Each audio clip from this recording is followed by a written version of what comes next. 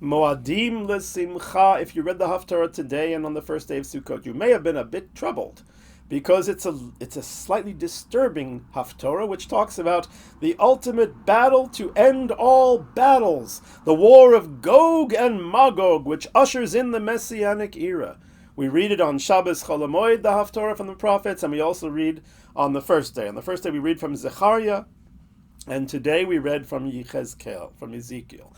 Why are we reading this very scary, in a sense, Haftarah on the holiday of Sukkot? So the rabbis give a reason, because on Sukkot it's supposed to happen, and the Messiah will come in the month of Tishrei, so therefore, because of the timing, we read it now. I'd like to think that there is a lesson to be learned from it, more than just the timing. What is the lesson to be learned to enhance our observance of Sukkot and to enhance our lives in general? I will conclude this Devar Torah with a headline from the New York Post, which they published right after Israel eliminated the head of the Hamas. But before I go there, let's start with a verse from the Psalms. King David says, Im Hashem lo yishmor ir, if God will not guard the city, Shav Shakad Shomer, then the diligent guard has done it for no reason. In other words, no matter how strong our human guarding may be, if God does not protect the city will not be protected, and whatever the human guard does, will be of no value. An important lesson, let's take it a bit further. This particular time of the year of Sukkot comes after the high holidays of Rosh Hashanah and Yom Kippur. And the tradition connects that also to some verses in the Psalms, that there is a process from forgiveness and atonement to victory and joy. Indeed, raising up the four species in our right hand and marching, around the synagogue is a sign of victory, as the psalmist says, Ne'imot biminecha netzach. The pleasant things in your right hand are victory. So therefore there is a process. However, a great Baal Musar, a great ethical teacher, Rabbi Eliyahu Dessler, in his book Michtav Me'Eliyahu, he sees the Sukkot festival not just as a conclusion of Rosh Hashanah and Yom Kippur, but actually a process that started back on the 9th of Av, of Tish'a B'Av. And that makes sense because, well, Tish'a B'Av is the saddest day in the Jewish calendar. It's the day of the mourning of the destruction of both temples. It's a day of tears and crying. And Sukkot is the happiest day in the Jewish calendar. It is called Chag HaSukkot, Zman Simchatenu, the festival of Sukkot, the time of our rejoicing. There is a special biblical commandment, as we discussed in a previous video, to be sameach, v'hayita ach sameach, you shall only be joyful. So we go from the deepest sadness to the deepest joy, and that is the process. But there's more to the process than that, as we shall explore. Now, Sukkot, in distinction to Pesach, Pesach is a very Jewishly focused holiday. All of the holidays are, of course, Jewish holidays. But the focus of Pesach is on the nation of Israel, it being born, and the exodus from Egypt. Sukkot is an international one.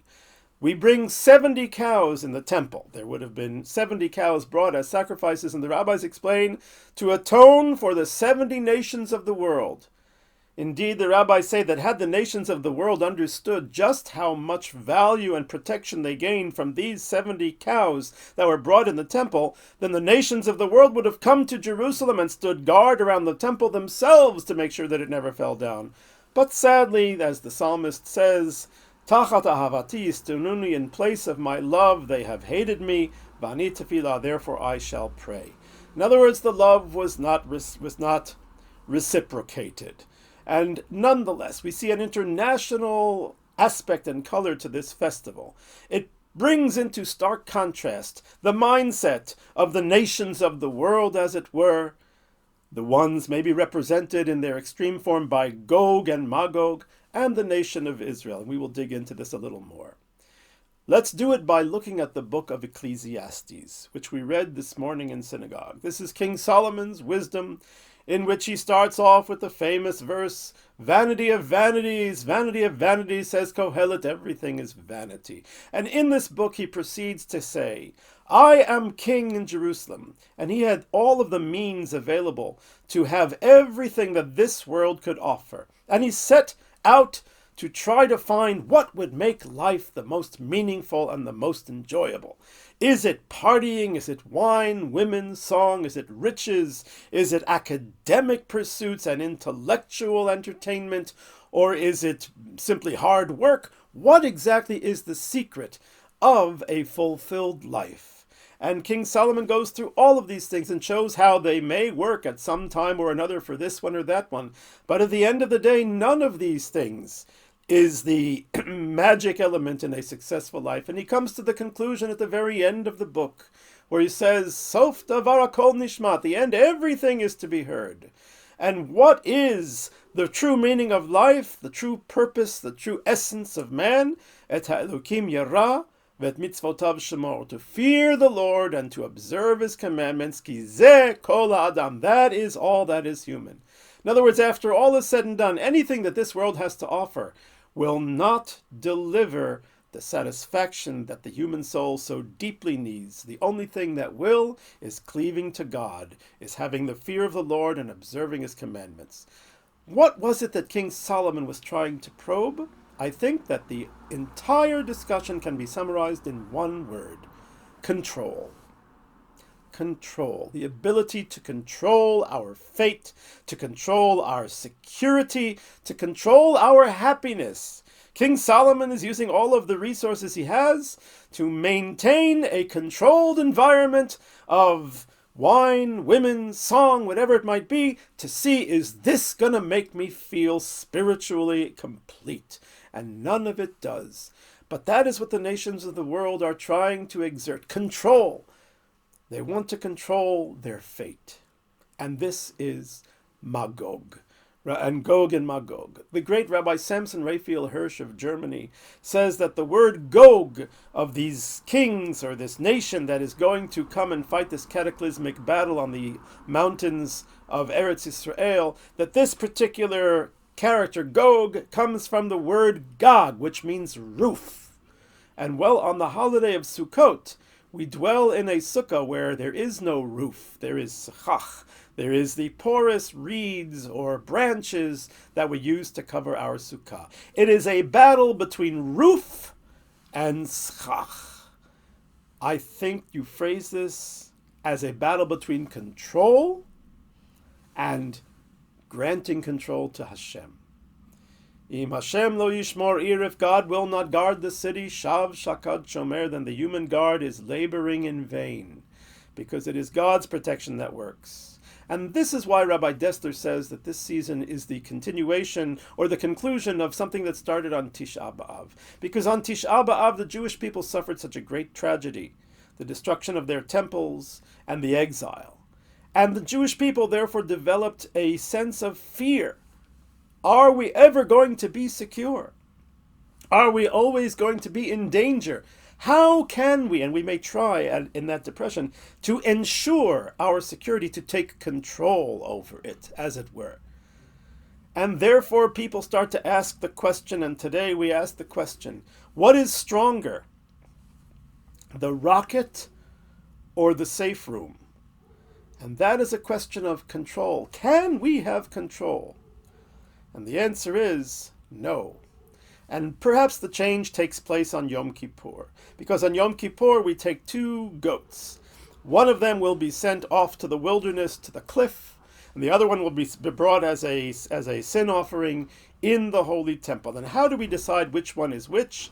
The one going out into the wilderness with all of the sins of Israel upon its head, or the one to be brought in the temple by a lottery, a goral, drawing lots.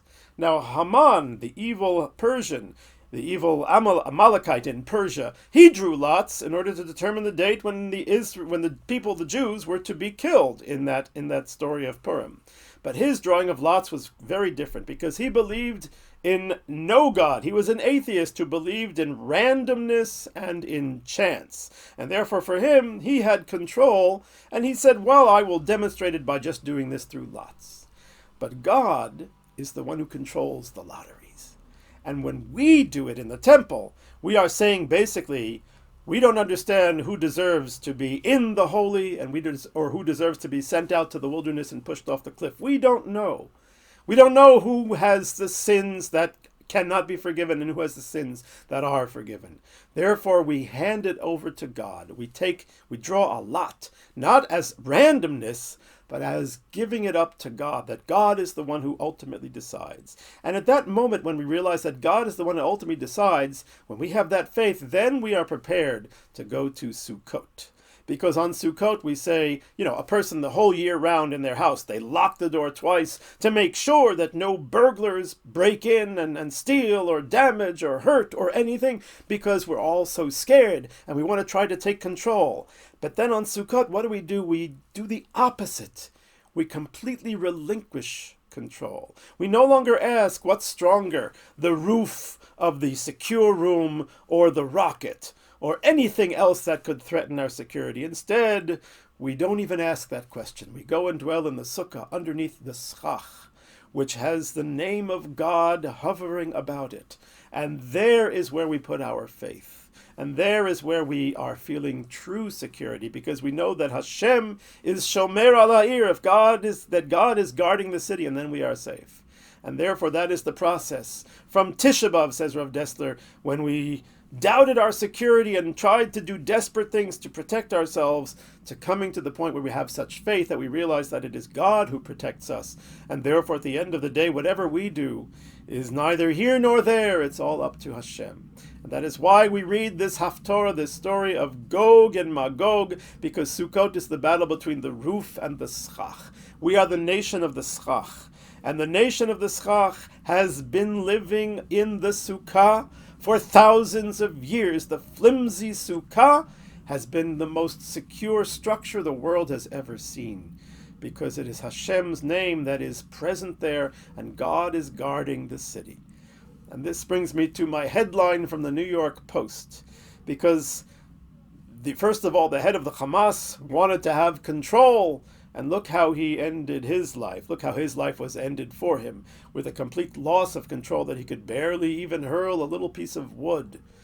And then again, we have a little humility on our own, because we thought, we'll find the intelligence, we'll know where he is. We had no idea who we shot.